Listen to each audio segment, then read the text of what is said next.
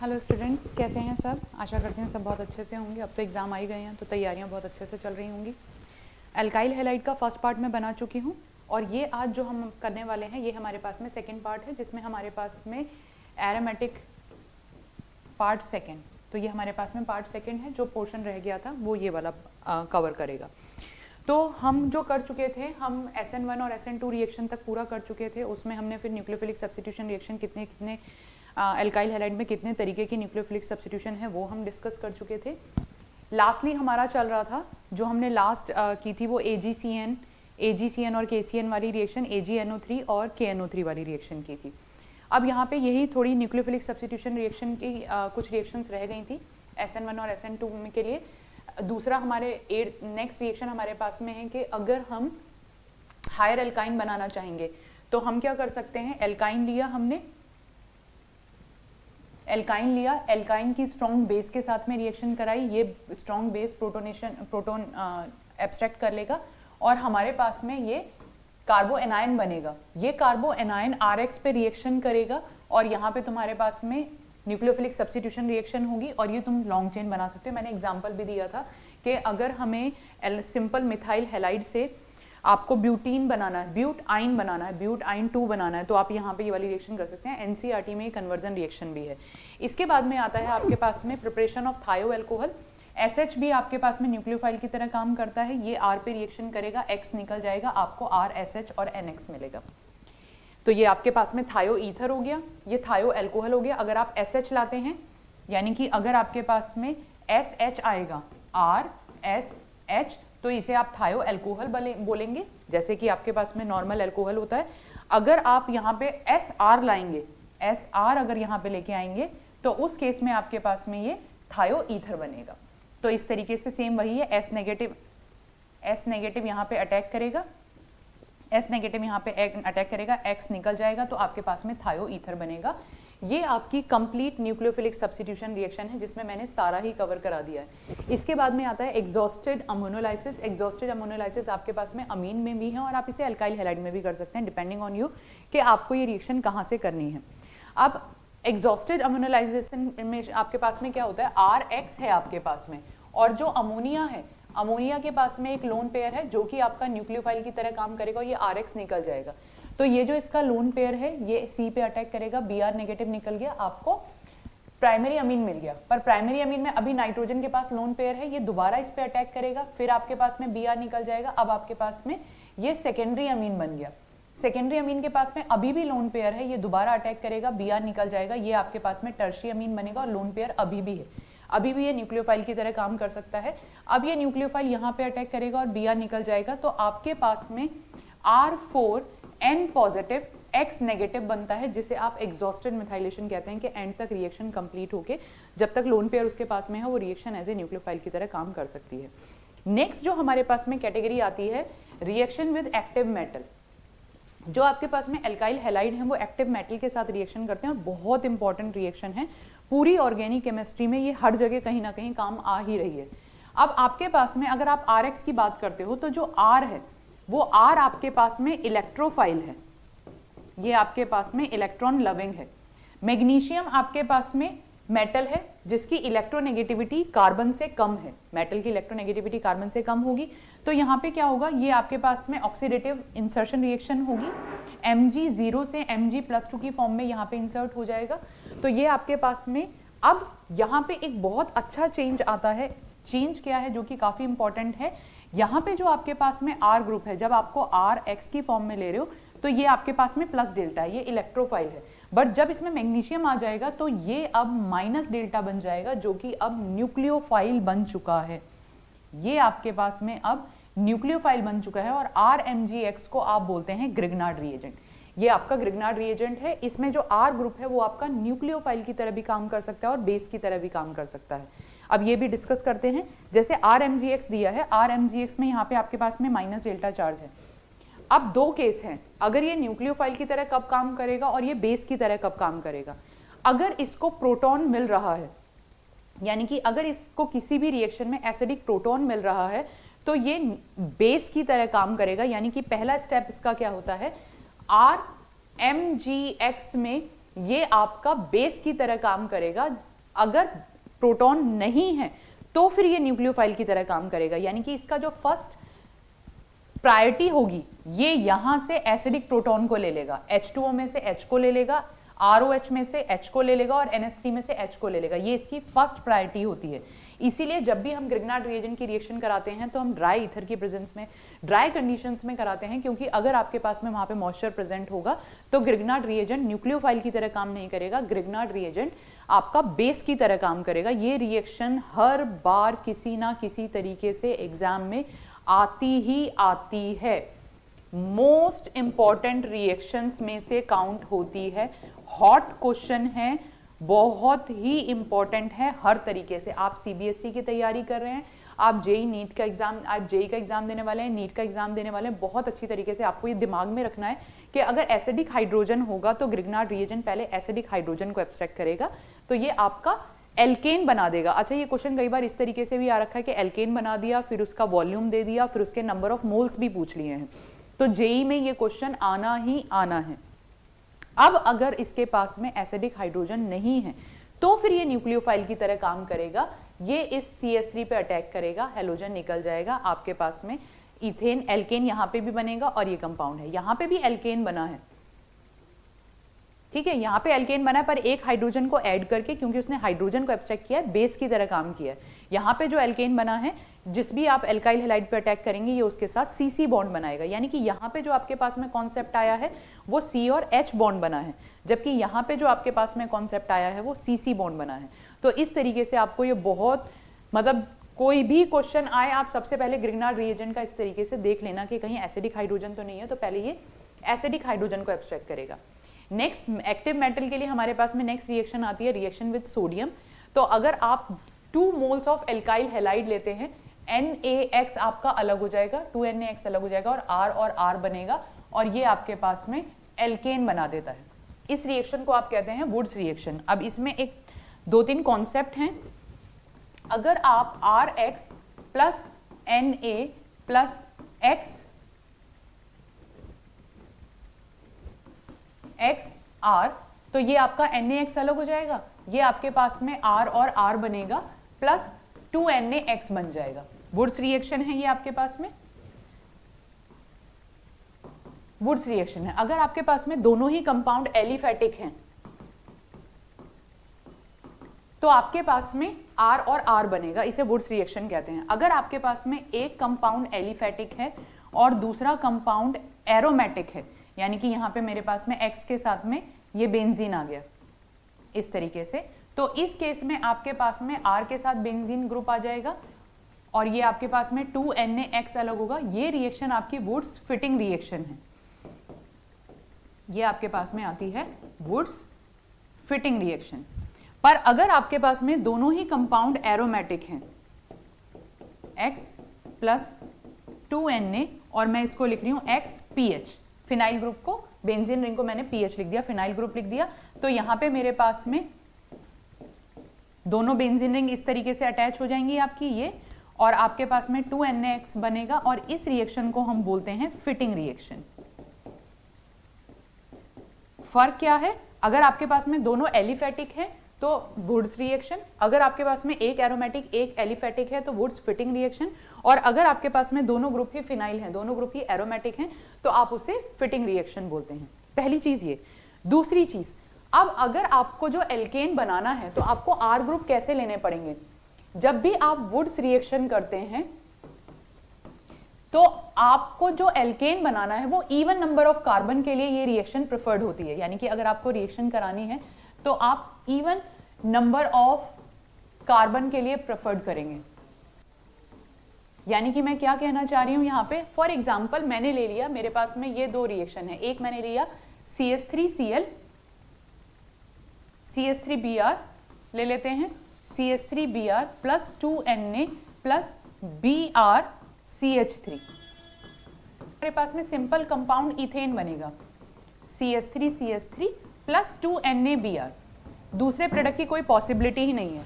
पर अगर मैंने फॉर एग्जांपल मैंने 2 डिफरेंट एल्काइल हैलाइड ले लिए, मैंने ले लिया यहाँ पे CH3Br 2Na और आपने यहाँ पे ले लिया C2H5 और आप सोचो कि यहाँ पे आपके पास में जो प्रोडक्ट बनेगा वो ऑड नंबर ऑफ कार्बन वो इसी तरीके से बन जाएगा, तो ऐसा नहीं होता, इसमें और भी प्रोडक्ट की पॉसिबिलिटी है, ये वन ऑफ द प्रोडक्ट है।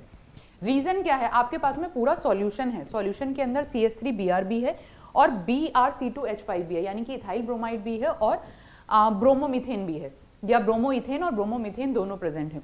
अब इस केस में क्या है, पॉसिबिलिटी आपके पास में, जरूरी थोड़ी कि आपने इसमें कोई ट्रिक थोड़ी लगा रखी है कि ये यहीं से जाके अटैक करेगा, ये भी तो हो सकता है कि ये इसके दो मॉलिक्यूल आपस में रिएक्शन कर लें, यानी कि हमारे पास में दूसरे प्रोडक्ट की पॉसिबिलिटी CH3 भी है। ये भी हो सकता है कि ये वाले दो मॉलिक्यूल आपस में रिएक्शन कर लें, तो हमारे पास में प्रोडक्ट की पॉसिबिलिटी C2H5 है।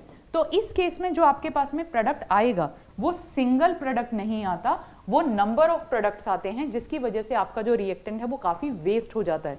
हम इकोनॉमिकल तरीके से भी सोचते हैं, तो ऐसा नहीं है कि अगर आपको प्रोपेन बनाना है और आपने कंपाउंड लिया, प्रोपेन आपके पास में केवल 10 से 15% मिला और बाकी चीजें ये बन गई, तो हमें इसका फायदा क्या जब हमें इसकी जरूरत ही नहीं है। तो इस तरीके की रिएक्शन हम वुड्स रिएक्शन में प्रेफर्ड नहीं करते हैं। अगर आपको इवन नंबर ऑफ कार्बन चाहिए तो आप दोनों तरफ सेम टाइप के एल्काइल ग्रुप लो, फिर आपके पास में जो प्रोडक्ट आएगा वो मेजर क्वांटिटी में आएगा। तो ये क्वेश्चन भी एग्जाम में कई बार आया हुआ है कि ये रिएक्शन कब प्रेफर्ड होती है। तो ये हो गई आपके पास में Wurtz reaction, Wurtz Fittig reaction और फिटिंग रिएक्शन। अब आता है रिएक्शन विद लिथियम। ये एनसीईआरटी में नहीं है पर ये एक्स्ट्रा पोर्शन है, तो मैं इसमें यहां से करा रही हूँ, नॉट इन एनसीईआरटी।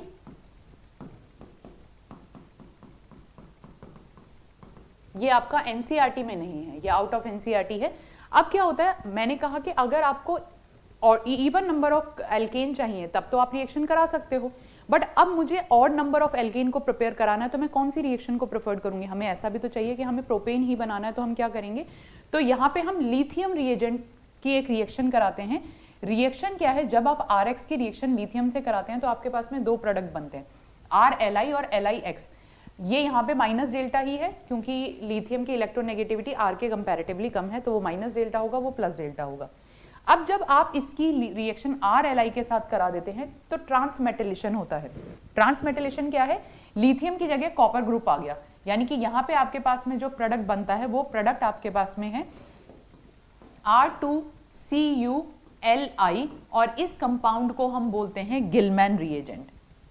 ये आपके पास में आता है गिलमैन रीएजेंट। और गिलमैन रीएजेंट की एक बहुत अच्छी प्रॉपर्टी है कि ये हेलोजन को एक्सचेंज करके R ग्रुप ले आता है, यानी कि अगर मैं यहाँ पे C2H5I ले लूं और मैं इसकी गिलमैन रिएजेंट से रिएक्शन कराऊं तो ये वाला आयोडीन हटके यहाँ पे R ग्रुप आ जाएगा, तो आपके पास में केवल एक ही मेजर प्रोडक्ट बनेगा और ये आपके पास में C2H5R आएगा। यानी कि अगर ये जो रिएक्शन मैंने कराई थी, अब आप कहोगे मेरे को इसमें केवल प्रोपेन बनाना है, तो आप क्या करोगे, आप गिलमैन रिएजेंट के साथ रिएक्शन कराओगे, यानी कि आपने क्या ले लिया, CH3Br ले लिया और यहाँ पे आप ले लो C2H5 होल ट्वाइस CuLi। तो कॉपर के साथ जो R ग्रुप अटैच है वो ब्रोमीन को हटा के वहां पे वो R ग्रुप आ जाएगा और आपके पास में आएगा CH3 C2H5 one of the major product, CuBr और LiBr। इस तरीके से आपके पास में ये प्रोडक्ट बन जाएगा। तो ये देखो RCuI और CuLiCu या CuBr वो फर्दर वो ऑक्सीडाइज और हो जाएगा, तो ये आपके पास में मेजर प्रोडक्ट बनेगा। यानी कि अगर आपको even odd number of carbon लेना है तो आप गिलमैन रिएजेंट लोगे, ऑड नंबर ऑफ कार्बन अगर चाहिए तो आप गिलमैन रिएजेंट कराओगे, और अगर आपको इवन नंबर ऑफ कार्बन चाहिए तो आप यहां पे वुड्स रिएक्शन कराओगे। अब एक है लेड के साथ रिएक्शन। लेड भी आपका RX से काफी अच्छा रिएजेंट है। लेड के आपने ये Pb ले लो।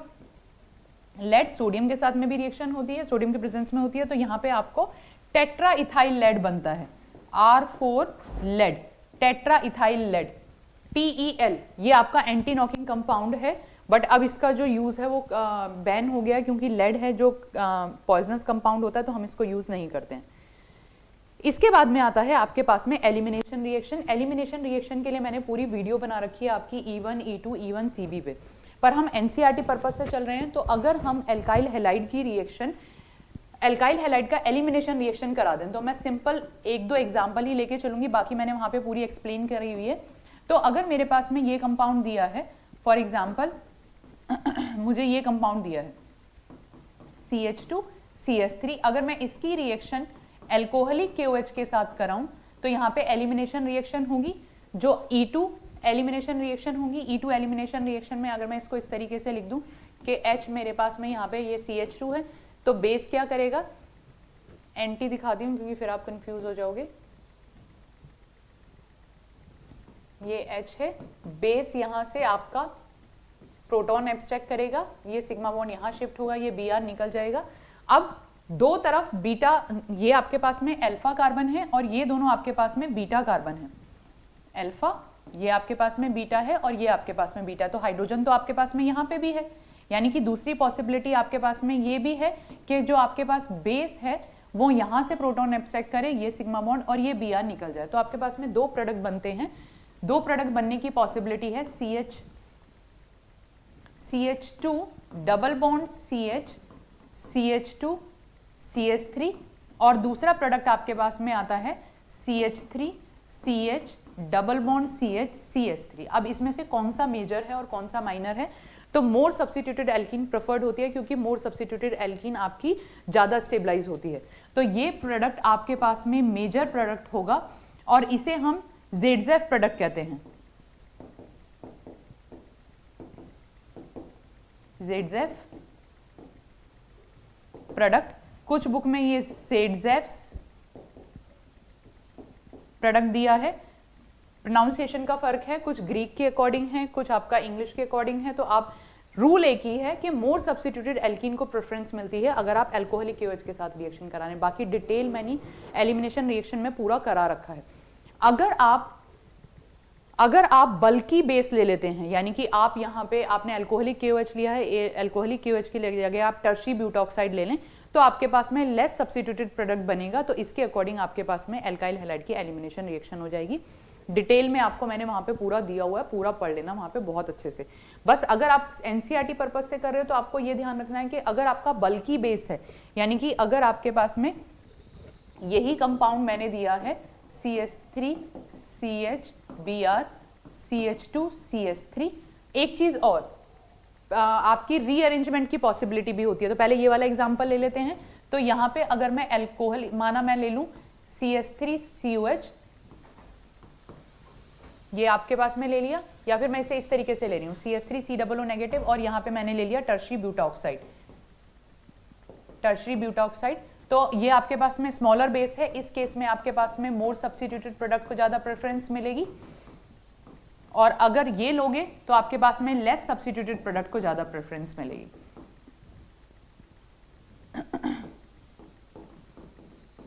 इस केस में ये आपका मेजर प्रोडक्ट है और इस केस में ये आपका मेजर प्रोडक्ट है, तो आपका जैसे ही बेस चेंज होगा आपका प्रोडक्ट भी चेंज हो जाएगा। पास में दोनों जैसे ही आप बेस को चेंज कर दोगे आपके पास में डिफरेंट प्रोडक्ट बनेंगे। नेक्स्ट हमारे पास में आता है, अगर आप लिखना चाहते हो रीअरेंजमेंट रिएक्शन वाला, फॉर एग्जांपल मुझे ये कंपाउंड दिया है CH3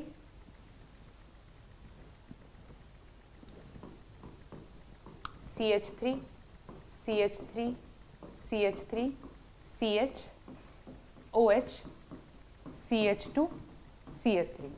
अब इसका आप एसिड कैटेलाइज रिएक्शन करा दो, हल्का सा आप इसे हीट कर दो एसिड के प्रेजेंस में, तो इस केस में आप कहोगे मोर सब्स्टिट्यूटेड प्रोडक्ट फेवर्ड होगा। इधर तो अल्फा, क्योंकि ये दोनों आपके पास में बीटा कार्बन है, यहाँ तो हाइड्रोजन है ही नहीं, यहाँ हाइड्रोजन है, तो आपके हिसाब से जो मेजर प्रोडक्ट है वो ये बनना चाहिए, यानी कि जो मेजर प्रोडक्ट बनेगा वो आपके पास में बनेगा CH double bond CH2 CH3। Mechanism कैसे काम करेगी, सबसे पहले जो ऑक्सीजन ने लोन पेयर के साथ प्रोटॉन को एब्स्ट्रैक्ट करेगा, प्रोटॉन को जब ये एब्स्ट्रैक्ट करेगा तो हमारे पास में यहाँ पे इस तरीके से ये OH पॉजिटिव बना देगा, ये H2O निकल जाएगा, तो हमारे पास में यहाँ पे ये कार्बोकेटाइन बनेगा, ये कार्बोकेटाइन, और अब आप कहोगे कि यहाँ से H+ निकल जाएगा, ये H+ निकला और यहाँ पे ये आपका पाई बॉन्ड बन जाएगा, यानी कि आपके हिसाब से ये प्रोडक्ट बनेगा डबल बॉन्ड, और ये आपके पास में आ गया ये। बट यहां पे रीअरेंजमेंट की पॉसिबिलिटी है। और रीअरेंजमेंट की कैसे पॉसिबिलिटी है? जैसे ही आपके पास में ये कार्बोकेटाइन बना तो ये वाला जो मिथाइल ग्रुप है ये यहाँ पे शिफ्ट हो जाएगा, इसे बोलते हैं 1,2 मिथाइल शिफ्ट। 1,2 मिथाइल शिफ्ट आपकी यहाँ पे होगी तो आपके पास में जो प्रोडक्ट बनेगा ये H है यहाँ पे जो जुड़ा हुआ है, ये H यहाँ पे, क्योंकि फिर कंफ्यूज हो जाओगे कि आप मिथाइल ग्रुप है ये। तो यहाँ पे आपके पास में क्या हुआ, जब आपने यहाँ से इस मिथाइल ग्रुप को लेके इधर शिफ्ट कर दिया तो अब आपके पास में CH3 ग्रुप यहाँ पे आ गया और ये टर्शरी कार्बोकेटाइन बन गया। यानी कि ये आपके पास में सेकेंडरी कार्बोकेटाइन था और ये आपके पास में टर्शरी कार्बोकेटाइन था जो कि ज्यादा स्टेबल था। अब जो प्रोटॉन का एब्स्ट्रक्शन होगा वो यहां से होगा। देखो प्रोटॉन इधर भी हैं क्योंकि अब ये अल्फा पोजीशन हो गई है और ये इसके साथ वाली तीनों बीटा पोजीशन हो गई है। तो हाइड्रोजन कहां से निकलेगा, मोर सब्स्टिट्यूटेड साइड से हाइड्रोजन निकलेगा और आपके पास में जो यहाँ पे प्रोडक्ट आएगा वो इस तरीके से डबल बॉन्ड CH3, ये आपके पास में मेजर प्रोडक्ट आएगा। तो आप ये देख लेना, बहुत इंपॉर्टेंट क्वेश्चन है। एनसीईआरटी में अल्कोहल के शायद चैप्टर में लास्ट में क्वेश्चन दे भी रखा है। रीअरेंजमेंट रिएक्शन है तो मैंने वो यहीं पे करा दिया क्योंकि एलिमिनेशन रिएक्शन थी, वो मैंने यहीं पे काम मतलब समझा दिया आपको। इसके बाद में आता है आपके पास में electrophilic aromatic substitution reaction. Benzene ring पे जब भी हमारे पास में इलेक्ट्रोफाइल के थ्रू सब्स्टिट्यूशन होता है तो these reaction are called electrophilic aromatic substitution reaction. 5 reaction है हमारे पास में इलेक्ट्रोफिलिक एरोमेटिक। एक तो हेलोजिनेशन, सेकंड हमारे पास में है नाइट्रेशन, थर्ड हमारे पास में है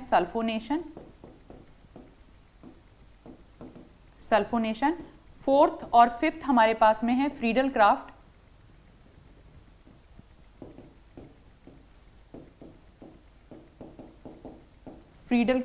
एल्काइलेशन और फ्रीडल क्राफ्ट एसाइलेशन।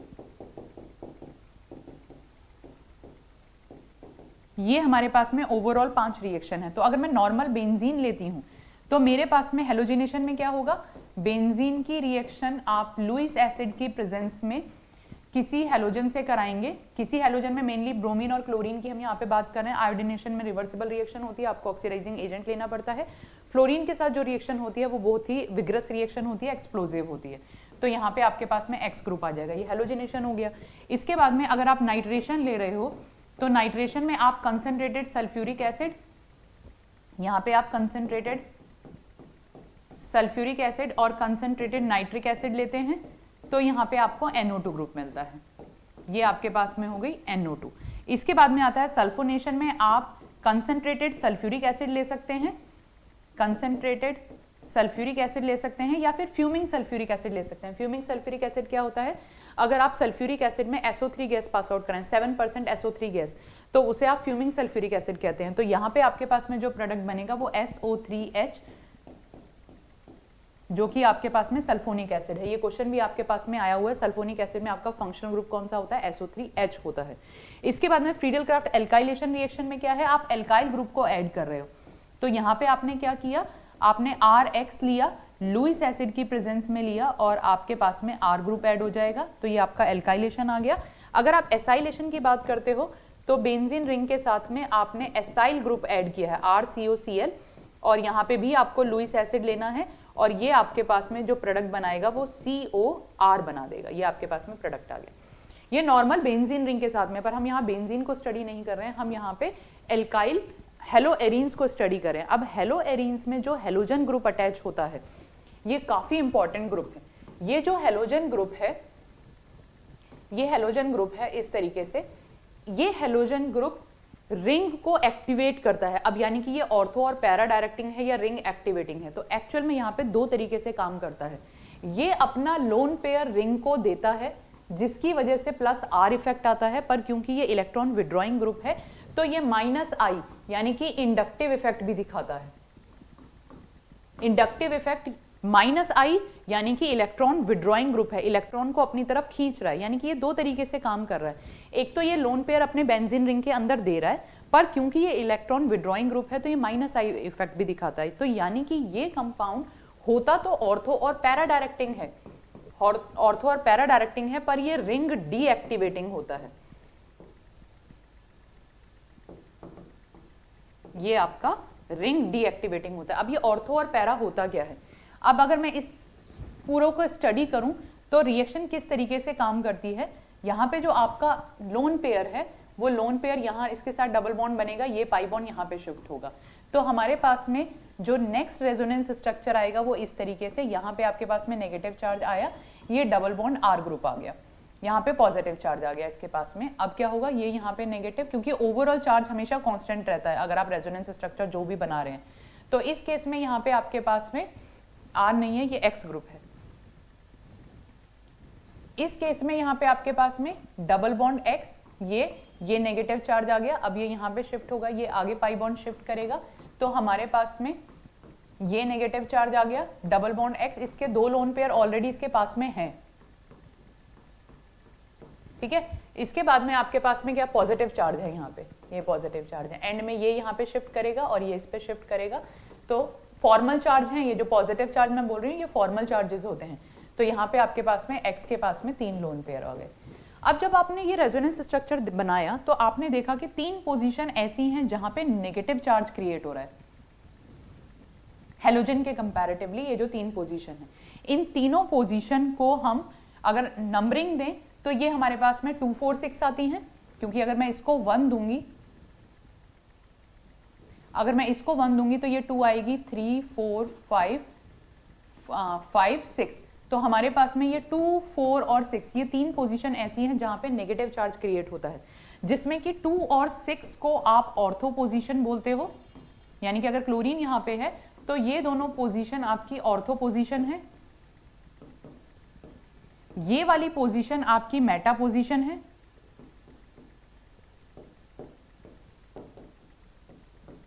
और ये वाली पोजीशन आपकी पैरा पोजीशन है, और इसको इप्सो बोलते हैं, इप्सो मतलब अगर वहीं पे सब्स्टिट्यूशन हो रहा है। अभी हम खैर उस चीज पे नहीं आ रहे हैं। तो आपके पास में क्लोरीन के साथ में जो एडजेसेंट रिंग कंपाउंड है, एडजेसेंट पोजीशन है, वो दोनों ऑर्थो होंगी, वो मेटा होंगी, ये पैरा होंगी। अगर हम इलेक्ट्रोफिलिक एरोमेटिक सब्स्टिट्यूशन कर रहे हैं तो halogens ortho and para directing होते हैं, पर रिंग डीएक्टिवेटिंग होते हैं, तो रिएक्शन कंपैरेटिवली टू एल्कोहल और अमीन्स स्लो होती हैं, ठीक है। तो अब यहाँ पे हमने किया था कि chlorine ortho and para directing होगा, यानी कि अगर आप इसका नाइट्रेशन कराओगे तो आपको ऑर्थो नाइट्रो क्लोरोबेंजीन और पैरा नाइट्रो क्लोरोबेंजीन इस तरीके से मिलेगा, या फिर आप इसको 1 2 मैं इसमें IUPAC नेम नहीं बोल रही हूँ, अभी मैं इसको नॉर्मल तरीके से बोल रही हूँ। तो ये आपके पास में 1 क्लोरो 2 नाइट्रोबेंजीन होगा, ये आपके पास में 1 क्लोरो 4 नाइट्रोबेंजीन होगा, तो ये आपके पास में 2 मेजर प्रोडक्ट होंगे। इसी तरीके से अब आता है तो आप उसमें नाइट्रेशन करा दो, सल्फोनेशन करा दो, फ्रीडल क्राफ्ट एल्काइलेशन करा दो, एसाइलेशन करा दो, उसके अकॉर्डिंग आपके पास में प्रोडक्ट बनता चला जाएगा। यानी कि अगर मैं यहाँ पे इस तरीके से ले लूं, फॉर एग्जाम्पल मुझे यहाँ पे दिया है Cl और मैंने इसकी रिएक्शन कराई एल्काइल हैलाइड के साथ में AlCl3 की प्रेजेंस में, तो मेरे पास में जो प्रोडक्ट आएगा, 2 प्रोडक्ट आएंगे R plus R। Normally para product आपका मेजर प्रोडक्ट होता है, तो ये आपका मेजर प्रोडक्ट होगा और ये आपका माइनर प्रोडक्ट होगा। स्टेरिक हिंड्रेंस आते हैं पर नॉर्मली हमेशा नहीं होता, बहुत सारे वेरिएशंस हैं। आपको क्योंकि हम एनसीईआरटी सीरीज के अकॉर्डिंग लेके चल रहे हैं तो इतने ज़्यादा डिटेल में नहीं करना है। तो ये आपके पास में आ गए ortho and para compound, alkylation हो गया। ऐसे ही आप इसका एसाइलेशन करा सकते हो, नाइट्रेशन करा सकते हो, सल्फोनेशन करा सकते हो, हेलोजेनेशन करा सकते हो। नेक्स्ट आपके पास में आता है न्यूक्लियोफिलिक एरोमेटिक सब्स्टिट्यूशन, जो कि बहुत इंपॉर्टेंट है, बहुत बहुत बहुत इंपॉर्टेंट है। इसमें से आपके पास में रीजनिंग के भी क्वेश्चन आते हैं, रीजनिंग के बहुत क्वेश्चंस आते हैं। पहली चीज, न्यूक्लियोफिलिक एरोमेटिक सब्स्टिट्यूशन क्या है? न्यूक्लियोफिलिक एरोमेटिक सब्स्टिट्यूशन का मतलब है कि आपने क्या किया है, यहाँ पे आपने एक न्यूक्लियोफाइल ग्रुप ले आए हो, न्यूक्लियोफिलिक एरोमेटिक सब्स्टिट्यूशन रिएक्शन की बात कर रहे हैं हम। तो यहाँ पे हमने क्या किया, ये हमारे पास में X ग्रुप है और अब इस न्यूक्लियोफाइल जो ग्रुप है वो इस पोजीशन पे अटैक करेगा और ये X ग्रुप निकलेगा। देखो दोनों में बहुत फर्क है, ये न्यूक्लियोफिलिक एरोमेटिक सब्स्टिट्यूशन है और ये आपके पास में इलेक्ट्रोफिलिक एरोमेटिक सब्स्टिट्यूशन है। इलेक्ट्रोफिलिक एरोमेटिक सब्स्टिट्यूशन में आप H+ को हटाते हो, यहाँ पे आप कोई भी इलेक्ट्रोफाइल लाओगे और उसकी जगह H+ आ जाएगा, तो उसे आप इलेक्ट्रोफिलिक एरोमेटिक सब्स्टिट्यूशन बोलते हैं। न्यूक्लियोफिलिक एरोमेटिक सब्स्टिट्यूशन में आपका जो न्यूक्लियोफाइल ग्रुप है वो सब्स्टिट्यूट होता है, तो आप न्यूक्लियोफिलिक एरोमेटिक सब्स्टिट्यूशन कहते हैं। पहली चीज, न्यूक्लियोफिलिक एरोमेटिक सब्स्टिट्यूशन इजीली नहीं होता है। अगर आप ये सोचो कि न्यूक्लियोफाइल यहाँ पे आके अटैक कर दे और जो आपका ये वाला जो ग्रुप है, जो एक्स ग्रुप अटैच है, वो इजीली निकल जाएगा, तो वो इजीली नहीं होता। उसके हमारे पास में 3 रीजंस आते हैं। पहली चीज, जो आपका हेलोजन अटैच है, हेलोजन आपका sp2 हाइब्रिडाइज कार्बन से अटैच है, क्योंकि यहाँ पे जब ये बेंजीन रिंग से अटैच था तो ये वाला जो कार्बन था, ये कार्बन आपका sp2 हाइब्रिडाइज है। अगर आपका कार्बन sp2 हाइब्रिडाइज है तो वो मोर इलेक्ट्रोनेगेटिव होगा, मोर इलेक्ट्रोनेगेटिव है, तो वो नेगेटिव चार्ज को अपनी तरफ ज्यादा तेजी से खींच के रखेगा, तो हेलोजन आपका आसानी से नहीं निकल पाएगा। दूसरी चीज आपके पास में आता है, यहाँ पे ये रेजोनेंस बनाता है। ये अगर मैं बात करूँ, ये अभी हम बना के जो आए हैं पिछले, ये जो हमने पिछली स्लाइड पे बनाया था, तो आपने देखा होगा जब हम यहाँ पे रेजोनेंस स्ट्रक्चर बना रहे थे तो पार्शियली डबल बॉन्ड कैरेक्टर आ रहा है। तो जब हम इसे ले रहे हैं तो ये आपके पास में पार्शियली डबल बॉन्ड कैरेक्टर आ रहा है। तो दूसरा रीजन आपके पास में आता है partially double bond character, partial double bond character, तो ये पार्शियली डबल बॉन्ड कैरेक्टर हो गया। तीसरी चीज, जो बेंजीन रिंग है, बेंजीन रिंग पे ऑलरेडी इलेक्ट्रॉन का क्लाउड होता है।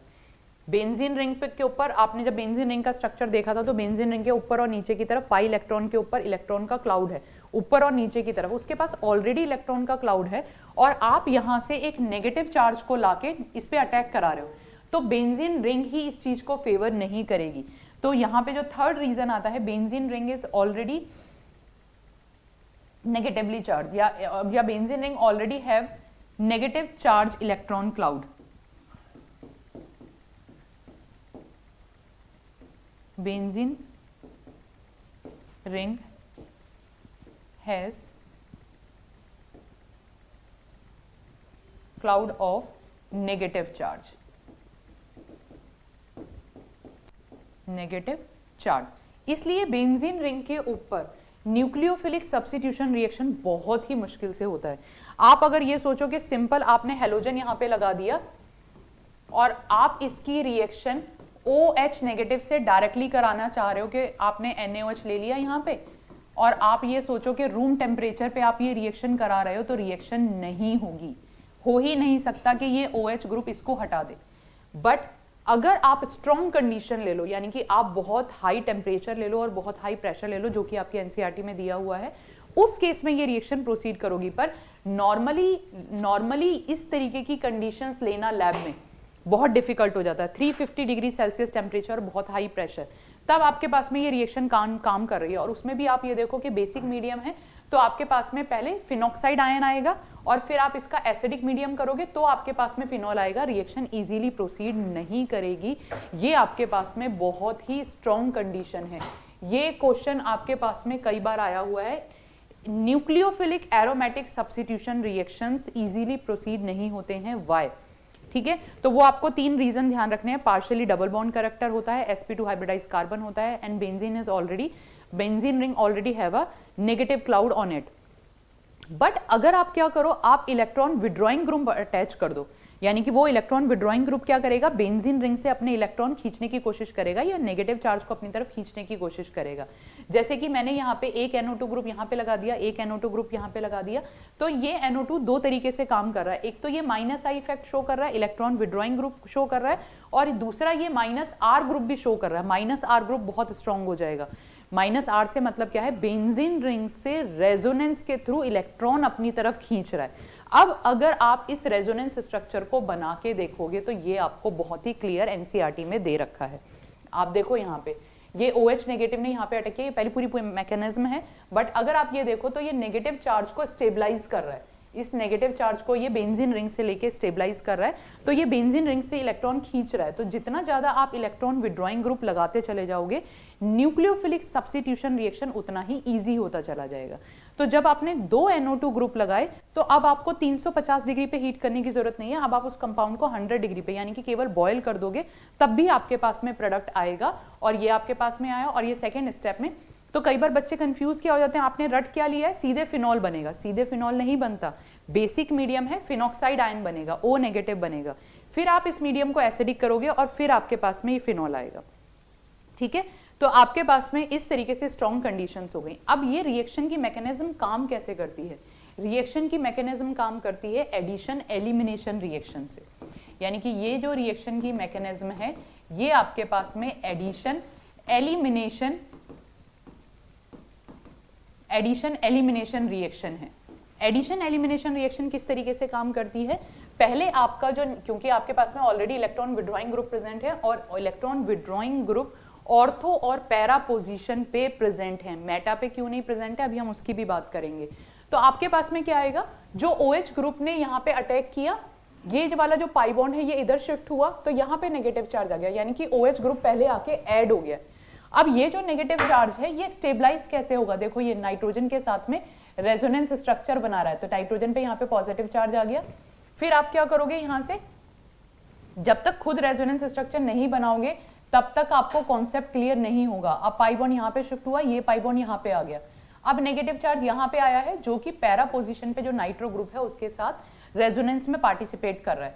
फिर ये दोबारा आएगा, अब नेगेटिव चार्ज यहाँ पे आएगा और फिर लास्ट पोजीशन पे ये जो नेगेटिव चार्ज है ये यहाँ पे अटैक करेगा और आपका Cl नेगेटिव निकल जाएगा। तो पहले एडिशन हुआ और फिर एलिमिनेशन हुआ। एडिशन भी इसलिए प्रोसीड करा क्योंकि रेजोनेंस स्टेबलाइज कंडीशन आ रही है, और एलिमिनेशन भी इसलिए पॉजिटिव प्रोसीड करा क्योंकि OH और Cl नेगेटिव में Cl is a better leaving group, ये आपका बेटर लीविंग ग्रुप है जो कि OH के कंपैरेटिवली Cl आपका आसानी से निकल जाएगा, इसलिए ये रिएक्शन फिर आपकी 100 डिग्री पे काम करने लगती है। अगर आप 3 नाइट्रो ग्रुप ले आओगे तो सिंपली वाटर को हीट करोगे तब भी रिएक्शन प्रोसीड करेगी, तब भी आपके पास में प्रोडक्ट आएगा। दूसरी चीज, जो NO2 ग्रुप है, आप मेटा पोजीशन पे जब NO2 ग्रुप लेके आते हैं तो वो रिएक्शन इजीली प्रोसीड नहीं होती है। यानी कि अगर मैं यहाँ पे आपको इस तरीके से कह दूं कि मैंने यहाँ पे ये आपको दिया है, ये Cl दिया है, NO2 ग्रुप यहाँ पे लेके आए हैं, NO2 मेटा पोजीशन पे लेके आए हैं, तो दोनों में से कौन सी रिएक्शन फास्टर होगी, ये वाली फास्ट होगी, क्योंकि यहाँ पे जो NO2 ग्रुप है वो -I इफेक्ट भी शो कर रहा है और -R इफेक्ट भी शो कर रहा है, जबकि यहाँ पे जो NO2 ग्रुप है वो केवल -I इफेक्ट काम कर रहा है, वो रेजोनेंस में पार्टिसिपेट नहीं करेगा। मेटा पोजीशन पे अगर आप बना के देखोगे तो उसका रेजोनेंस स्टेबलाइज स्ट्रक्चर नहीं बनेगा। करके देख लो आप, एक बार देख लेते हैं जरा। यहाँ पे आपके पास में Cl दिया हुआ है, ये आपके पास में NO2 ग्रुप दिया हुआ है, इस NO2 ग्रुप को भी बिल्कुल इसका स्ट्रक्चर ओपन करके लिखते हैं। डबल बॉन्ड O नेगेटिव दे रखा है, ये आ गया, यहाँ पे ये आ गया। अब मैंने क्या किया, ये वाला जो लोन पेयर है ये यहाँ पे शिफ्ट हुआ, ये वाला पाई बॉन्ड यहाँ पे शिफ्ट हुआ पहला, तो आपके पास में यहाँ पे आएगा डबल बॉन्ड Cl पॉजिटिव, ये और यहाँ पे ये नाइट्रोजन आपके पास में इसके साथ प्रेजेंट है, डबल बॉन्ड O नेगेटिव, ये नेगेटिव चार्ज है। अब आप क्या अगर सोच रहे हो, अगर आप ये सोच रहे हो कि अगर हम इसको यहाँ पे शिफ्ट कर देते हैं तो ये वाला पाई बॉन्ड जो है वो इधर आ जाएगा, ठीक है, कर देते हैं, बिल्कुल करके देख लेते हैं, हो भी रहा है। तो डबल बॉन्ड Cl पॉजिटिव, ये नेगेटिव चार्ज आपका यहाँ पे आया, डबल बॉन्ड यहाँ पे आ गया, और N double bond O negative इस तरीके से है। बताओ रेजोनेंस में कहाँ पार्टिसिपेट कर रहा है, रेजोनेंस में ये पार्टिसिपेट तब करता जब ये नेगेटिव चार्ज यहाँ पे आता। आप कह सकते हो ऐसा कि ऐसे नहीं करते, ठीक है, ये करते हैं कि ये वाला पाई बॉन्ड हम यहाँ पे शिफ्ट कर देते हैं, करके देखते हैं, करके देखने में तो कोई बुराई नहीं है। तो मैंने क्या किया, मैंने ये पाई बॉन्ड यहाँ पे शिफ्ट कर दिया और ये पाई बॉन्ड यहाँ पे शिफ्ट कर दिया।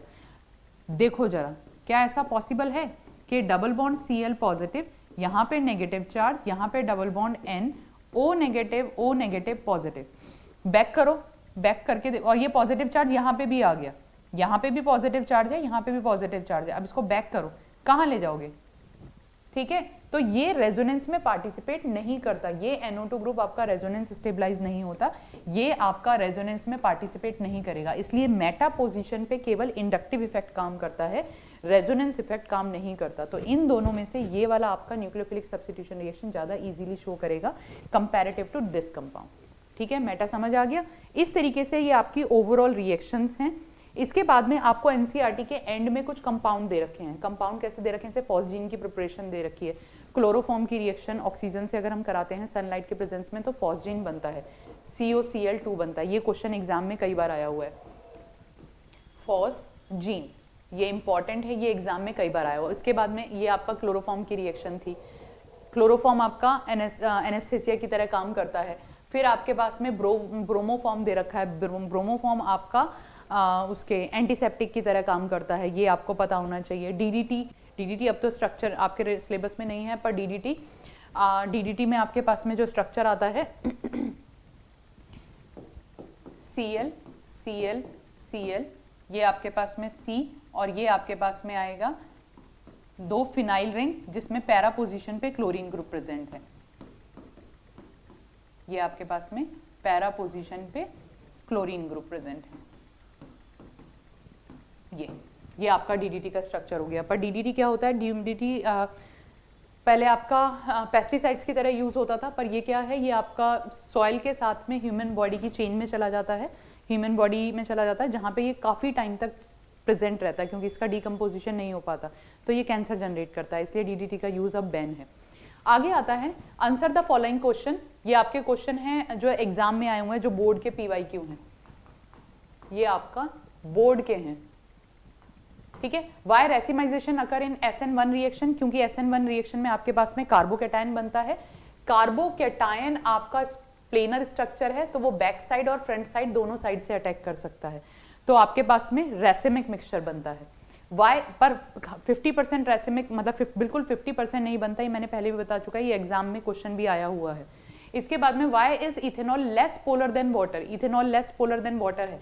इथेनॉल में आपके वाटर के केस में आपके पास में H2 है, इथेनॉल के केस में आपके पास में R ग्रुप है जो कि +I ग्रुप है, तो वो जो अल्कोहल है वो वाटर के कंपैरेटिवली लेस पोलर होगा, तो सिंपल आंसर आएगा due to the presence of +I effect of alkyl group. Which of the following each pair is more reactive toward SN2 mechanism? SN2 mechanism favour होती है आपकी primary, secondary, tertiary. Primary के लिए सबसे ज्यादा favour है, secondary के लिए उससे कम, टर्शरी में होती ही नहीं है। तो अब तो यहाँ पे दोनों ही प्राइमरी हैं, तो अब आप क्या करोगे, आप लीविंग ग्रुप के अकॉर्डिंग देखोगे, जितना अच्छा लीविंग ग्रुप होगा उसके लिए SN2 रिएक्शन उतनी ही अच्छी होगी, यानी कि आयोडीन आपका गुड लीविंग ग्रुप है, तो यहाँ पे इसकी SN2 रिएक्शन फेवर्ड करेगी। ऐसे ही इन दोनों कंपाउंड में ये आपके पास में प्राइमरी है और ये सेकेंडरी है, तो यहाँ पे आपकी SN2 फेवर करेगी। ये क्वेश्चन हो गया। Arrange the following in increasing order of their reactivity towards SN1 reaction. SN1 reaction के अकॉर्डिंग इनकी रिएक्टिविटी बतानी है, तो आपको दे रखा है 2 bromo 2 methyl butane, 2 bromo 2 methyl, यानी कि यहाँ पे आपको ब्रोमीन दे रखा है और यहाँ पे मिथाइल ग्रुप भी दे रखा है। फिर आपको 1 ब्रोमो पेंटेन दे रखा है, 1 ब्रोमो पेंटेन, और फिर आपको 2 ब्रोमो पेंटेन दे रखा है, ठीक। ये इसके आइसोमर्स हैं। इसमें आपको SN1 के अकॉर्डिंग बताना है। क्वेश्चन में हमेशा ध्यान दे लिया करो कि आपको किसके अकॉर्डिंग बताना है। यहाँ पे ये टर्शरी है, तो SN1 के अकॉर्डिंग जो टर्शरी है वो सबसे ज्यादा फेवर्ड होगा। ये आपका प्राइमरी है और ये आपका सेकेंडरी कंपाउंड है, तो आपका फेवर्ड कैसे कैसे होगा, अगर मैं इसको ये ले लूं तो ये आपका सबसे ज्यादा, अगर मैं इसको ABC ले लेती हूँ, ये A, B और C, तो आपके पास में A सबसे ज्यादा फेवर्ड होगा, यानी कि इसमें आपके पास में आंसर आएगा A सबसे ज्यादा फेवर्ड है, फिर आपके पास में आएगा C और फिर आपके पास में आएगा B। नेक्स्ट आपके पास में आता है 1 bromo 3 methyl butane, 1 bromo 3 methyl butane ये है। फिर आपका 2 ब्रोमो 2 मिथाइल ब्यूटेन, यानी कि यहीं पे ब्रोमीन है और यहीं पे आपके पास में मिथाइल ग्रुप भी है, ये है। और फिर आपके पास में 2 ब्रोमो 3 मिथाइल ब्यूटेन, यानी कि ब्रोमीन आपके पास में यहाँ पे है और मिथाइल ग्रुप आपके पास में यहाँ पे है। अब इसमें से आपको SN1 मैकेनिज्म के अकॉर्डिंग बताना है, तो ये आपके पास में टर्शरी कंपाउंड है, ये सबसे ज्यादा होगा, ये आपके पास में प्राइमरी है और ये आपके पास में सेकेंडरी है, तो आपके पास में ये सबसे ज्यादा रिएक्टिव होगा। अगर मैं इसको नंबर दे दूं A, B, C, तो B आपका सबसे ज्यादा रिएक्टिव होगा, उसके बाद में आपके पास में सेकेंडरी वाला आएगा यानी कि C, और उसके बाद में आपके पास में प्राइमरी आएगा SN1 के अकॉर्डिंग। उसके बाद में assertion chlorobenzene is resistance to the electrophilic substitution reaction. Chlorobenzene is resistance to electrophilic substitution reaction.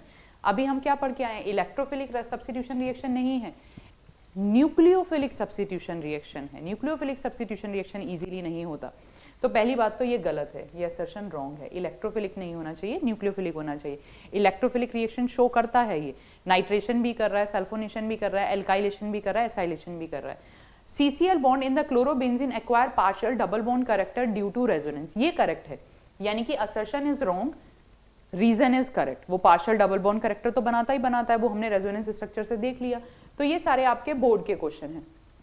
इसके बाद में ये आपके पास में एक छोटा सा मैप है जिसके थ्रू आप याद कर सकते हो। एल्काइल हैलाइड टर्शरी ब्यूटॉक्साइड के साथ कराएंगे तो यहाँ पे ये आपके पास में एलिमिनेशन रिएक्शन आएगी। CN के साथ कराएंगे तो आपके पास में सब्स्टिट्यूशन रिएक्शन हो गई। ये आपने यहाँ पे देखो CH3 C double bond O negative, alkoxide जो आपके पास में ये जो ऑक्सीजन है ये आपके पास में ये एल्कोक्साइड नहीं है, ठीक है। यहाँ पे ये आपके पास में एस्टर ग्रुप है, ठीक। ये जो एस्टर ग्रुप में है, एस्टर ग्रुप में भी हमने हाइड्रोजन, यहाँ पे अल्काइल ग्रुप या कार्बोक्सिलेट बोल सकते हो आप इसको, ये अटैक करेगा और ये आपके पास में आप एस्टर ग्रुप आ जाएगा। SH थायो अल्कोहल बनेगा या थायोल बोल दो, यहाँ पे CH3O नेगेटिव ईथर बन जाएगा, OH के साथ कराएंगे अल्कोहल बन जाएगा। तो ये आपकी एक शॉर्ट नोट्स है। इसके बाद में आता है नेक्स्ट क्वेश्चन, ये भी बोर्ड का प्रीवियस ईयर क्वेश्चन है। Which isomer of C5H10 gives a single monochloro compound. C5H10 एक ही मोनोक्लोरो कंपाउंड बनना है इन अ ब्राइट सनलाइट, और सनलाइट के प्रेजेंस में रिएक्शन हो रही है। C5H10 1 2 3 4 5, एक ये हो गया, दूसरा आपने इसका आइसोमर ये बना दिया और तीसरा आपने इसका आइसोमर ये बना दिया, ठीक है। ये आपके पास में कंपाउंड हो गए। अब अगर ये वाला कंपाउंड आप लेते हो और यहाँ पे सिमेट्रिकल लाइन ड्रॉ कर देते हो तो आपके पास में सिमेट्रिकल लाइन यहाँ पे आएगी ये, तो आपके पास में कितने प्रोडक्ट बन सकते हैं, 1 2 3। एक क्लोरीन कभी यहाँ पे लग सकता है, एक क्लोरीन यहाँ पे लग सकता है, एक क्लोरीन यहाँ पे लग सकता है, तो यहाँ पे आपके पास में 3 मोनोक्लोरिनेट प्रोडक्ट बनेंगे। अगर आप इसकी बात करते हो तो ये वाले यहाँ पे आपके पास में सिमेट्रिकल लाइन आ गई है, तो ये दोनों मिथाइल ग्रुप सेम है, ये दोनों मिथाइल ग्रुप सेम है। उसके बाद में आपके पास में एक प्रोडक्ट यहाँ पे, एक प्रोडक्ट यहाँ पे और एक प्रोडक्ट यहाँ पे, तो आपके पास में टोटल 4 मोनोक्लोरिनेटेड प्रोडक्ट बन सकते हैं। इस केस में अगर आप देखो तो पूरा सारे के सारे कार्बन सिमेट्रिकल हैं, एक ही जैसे हैं, तो इस केस में आपके पास में केवल एक प्रोडक्ट बनेगा जो कि आपके पास में CH2Cl, आप इसको कैसे भी लिख लो, इस तरीके से आपके पास में मोनोक्लोरिनेटेड प्रोडक्ट बनेगा केवल, ठीक है। तो आपको आइसोमर निकालने आने चाहिए और उसके अकॉर्डिंग आपको प्रोडक्ट, ओके। इसके बाद में आपके पास में आता है arrange the following compound in increasing order of reactivity towards SN2 reaction. अब आपको SN2 रिएक्शन के अकॉर्डिंग बनाना है। तो ये आपके पास में है पहले 2 ब्रोमोपेंटेन, यहाँ पे ब्रोमीन दे रखा है, फिर आपको 1 ब्रोमोपेंटेन दे रखा है ये, इसके बाद में 2 ब्रोमो 2 मिथाइल, यहीं पे बना देती हूँ, 2 ब्रोमो 2 मिथाइल ब्यूटेन, यानी कि यहाँ पे आपको ब्रोमीन दे रखा है और यहाँ पे मिथाइल ग्रुप दे रखा है, पेंटेन लिख दिया मैंने यहाँ पे, एक कार्बन में यहाँ से हटा देती हूँ। अब आप ये देखो कि अगर मैं इसको A दे रही हूँ, इसको मैं B दे रही हूँ, इसको मैं C दे रही हूँ, ये वाला कंपाउंड आपके पास में प्राइमरी है, ये कंपाउंड सेकेंडरी है और ये कंपाउंड आपके पास में टर्शरी है। SN2 मैकेनिज्म के अकॉर्डिंग आपके पास में जो फेवरेबल कंडीशन आएंगी, B की सबसे ज्यादा, A की उससे कम और C की सबसे कम, ये SN2 के अकॉर्डिंग है। इसके बाद में आता है why paradichlorobenzene has higher melting point than of ortho and meta para condition. Ortho and meta condition ये मैंने आपको पहले ही बताया हुआ है, पैरा कंडीशन पे सिमेट्रिकल कंडीशन के वजह से, सिमेट्री की वजह से वो compound higher melting point show करता है, क्योंकि मेल्टिंग पॉइंट सिमेट्री पे डिपेंड करता है। इसके बाद में identify A and B in the following. देखो RX दे रखा है, ये सब बहुत ही सिंपल सी चीजें, आप बस ये देखो कि आपको RBr दे रखा है, RBr दे रखा है, मैग्नीशियम के साथ में रिएक्शन करा रहे हैं ड्राई ईथर के प्रेजेंस में, तो आपने क्या करना है, ब्रोमीन और R ग्रुप के बीच में मैग्नीशियम लगा दो, ये MgBr आ गया। अब यहाँ पे H2O है, H2O है, एसिडिक हाइड्रोजन प्रेजेंट है, तो ये प्रोटॉन को एब्स्ट्रैक्ट करेगा, यानी कि आपके पास में साइक्लोब्यूटेन बन जाएगा प्लस MgOH बनेगा इस तरीके से, ठीक है। तो यहाँ पे ये जो CH ग्रुप था, ये आपके पास में जो CH2 ग्रुप था, ये आपके पास में CH ग्रुप था, तो क्योंकि एक बॉन्ड इधर है एक बॉन्ड इधर है, तो ये आपका ग्रुप CH2 में कन्वर्ट हो जाएगा। H2O में से ये H को ले लेगा, अगर यहाँ पे अमोनिया दिया होता तो उसमें से ये हाइड्रोजन को ले लेता, तो ये चीजें आप ध्यान रखना कि अगर एसिडिक हाइड्रोजन है तो उसमें से वो H को ले लेगा, ठीक। ये आपके पास में प्रोडक्ट आ गया। इसके बाद में ये एनसीईआरटी के कुछ इंपॉर्टेंट क्वेश्चन है। अगर आप एसीटोन के साथ हीट में रिएक्शन कराओगे तो ये आपके पास में हेलोजन एक्सचेंज रिएक्शन है, हेलोजन एक्सचेंज रिएक्शन, और ये मैंने आपको बताया भी है फिंकलस्टीन या आपके पास में स्वार्ट्स रिएक्शन में से कौन सी है, फिंकलस्टीन फ्लोराइड वाली नहीं है, ठीक है। तो ये आपके पास में फिंकलस्टीन रिएक्शन है क्योंकि स्वार्ट्स रिएक्शन में फ्लोरीन है, तो ये आपके पास में आ जाएगी फिंकलस्टीन रिएक्शन। ये आपके पास में 1 2 3 यहाँ पे आयोडीन आ गया। इसके बाद में अल्कोहल, ये KOH ले रखा है, इथेनॉल ले रखा है, अल्कोहलिक KOH के साथ रिएक्शन कराओगे तो आपके पास में डबल बॉन्ड CH2 बन जाएगा, ये CH3 एक्वस NaOH के साथ रिएक्शन कराएंगे तो आपके पास में सब्स्टिट्यूशन रिएक्शन होगी इस तरीके से। इथेनॉल इन KCN के प्रेजेंस में रिएक्शन कराएंगे, सब्स्टिट्यूशन रिएक्शन होगी CH3 CH2 CN बन जाएगा। ये आपके पास में प्रोपोक्साइड और एल्काइल हैलाइड है, SN2 मैकेनिज्म काम करेगी तो ये आपके पास में आएगा C6H5O C2H5 plus NaCl, ether बन जाएगा। यहाँ पे SOCl2 के साथ में है तो OH हटा के आपके पास में Cl आ जाएगा, 3 कार्बन है, ये आपके पास में Cl आ गया। HBr in presence of peroxide कराएंगे, एंटी मार्गेनिक ऑफ रिएक्शन होगी, एंटी मार्गेनिक ऑफ रिएक्शन होगी तो आपके पास में ब्रोमीन ग्रुप यहाँ पे आके ऐड होगा। HBr नॉर्मली कराएंगे तो मार्गेनिक ऑफ रिएक्शन होगी, negative part of the reagent goes on that carbon where the hydrogen atom are less, यानी कि ये आपके पास में CH3 CH2 CH CH3 CH3 CH नहीं आएगा यहाँ पे, ये CBr, ये आपके पास में इसका प्रोडक्ट होगा। तो इस तरीके से आप रिएक्शन कंप्लीट कर सकते हैं। ये भी बहुत इंपॉर्टेंट क्वेश्चन है एनसीईआरटी का, इंटेक्स क्वेश्चन है, तो इंटेक्स क्वेश्चन सारे कर लिया करो, नीट में या जेई में या फिर आपके बोर्ड के एग्जाम में इंटेक्स में से भी क्वेश्चन आते हैं। SOCl2 है तो आप क्या करोगे, ये साइक्लोहेक्सेन है, ये बेंजीन रिंग नहीं है, ध्यान रखना, यहाँ पे Cl आ जाएगा, पर जब आप बेंजीन रिंग के साथ रिएक्शन कराएंगे तो क्लोरीन ये इसको सब्स्टिट्यूट नहीं करेगा।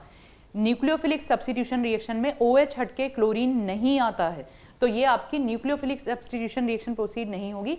यहाँ पे ये आपकी इलेक्ट्रोफिलिक सब्स्टिट्यूशन रिएक्शन है, ये न्यूक्लियोफिलिक सब्स्टिट्यूशन रिएक्शन है, ये वाली आपकी यहाँ पे इलेक्ट्रोफिलिक सब्स्टिट्यूशन रिएक्शन होगी, और वो भी इसलिए होगी क्योंकि ये H2O पॉजिटिव बन जाएगा, बेटर लिविंग ग्रुप हो जाएगा। तो ये क्वेश्चन बहुत इंपॉर्टेंट है, जेई के एग्जाम में कई बार आया हुआ है। तो यहाँ पे CH2Cl और ये OH आपका ऐसे का ऐसे ही रहेगा।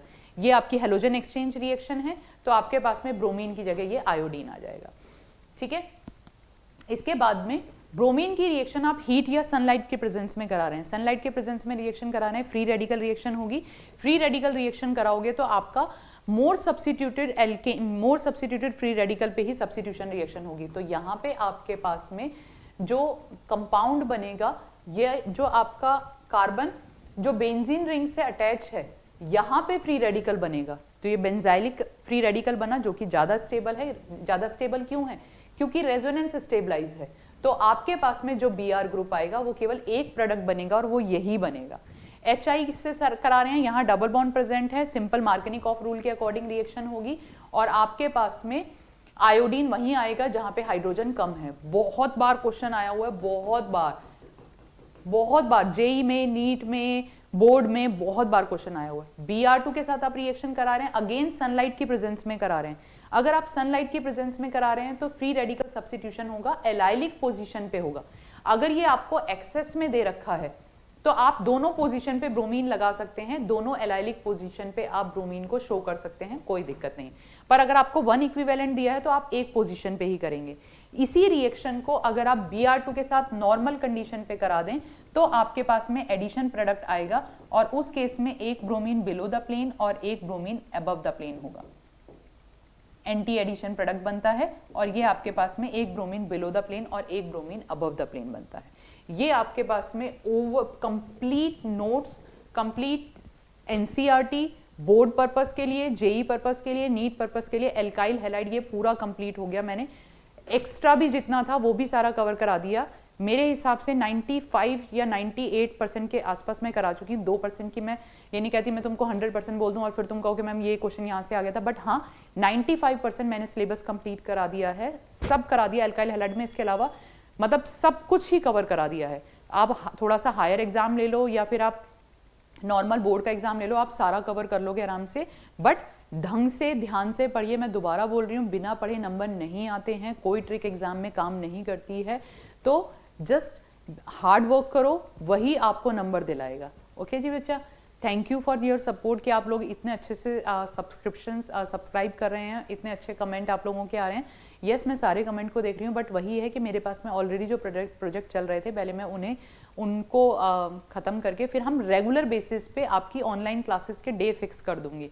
तो जो बीपीएससी वाले बच्चे हैं, या जो टीजीटी और पीजीटी वाले बच्चे डिमांड करें, या जो सीएसआरआई वाले बच्चे डिमांड करें, क्योंकि अगर आपका सीएसआईआर का एग्जाम फरवरी में हो गया तो इट्स इम्पॉसिबल कि मैं आपको एक महीने में कोई जादू करके समझा दूंगी।